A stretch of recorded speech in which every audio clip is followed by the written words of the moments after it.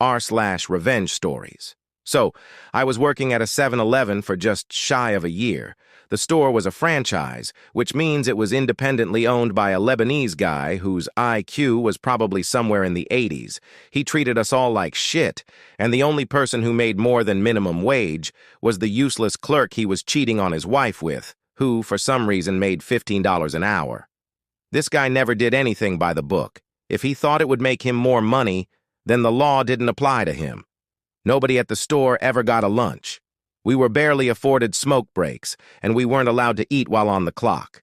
In California, when you work more than 5 hours without a lunch, you're supposed to get paid an extra hour's wages, which counts toward overtime. We didn't get that either. On top of that, when he did payroll, he wouldn't actually go by when you clocked in and out. He went by the schedule he wrote. So if you stayed an extra hour or two to help out when it got busy, you'd be working for free, because the hours wouldn't show up.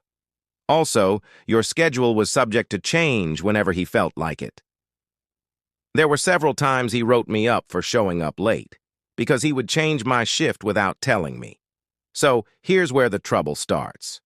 Whenever we would take expired food off the shelves, we'd come in the next day, and he had printed new expiration dates, pasted them on top of the old ones, and put the food back on the shelves.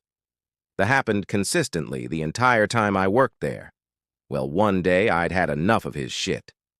I called up the health department and reported him, then emailed corporate and filled them in on what was going on. Well, word got back to him, and when I went in the next day, I'd received a complaint and was promptly fired. I don't know about you, but I've never worked anywhere with a one-strike policy. Here's the thing, though. Since the day I started there, I'd been keeping records. I had copies of every schedule posted and every pay stub I'd ever received. I went to the labor board that day and picked up the paperwork I needed.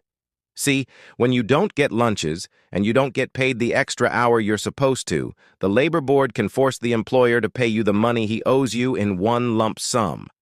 So I filled out the paperwork and turned it in. My old boss wasn't so smug when he had to make a check to me for $2,600. Right after receiving a hefty fine from the health department. Now, I'm working to get the labor board to force him to hire me back under the whistleblower clause. If he has to rehire me, he also has to pay me back lost wages for the past few months. Also, my old co-workers get lunches now. Was the revenge sweet? It felt fucking awesome. But that's not why I did it. I did it because that sack of shit was going to keep on exploiting his employees and customers to make a buck and keep being a worthless human being, and I felt like unless I did something, he was going to get away with it. I simply could not abide by the idea of him suffering no consequences for his actions.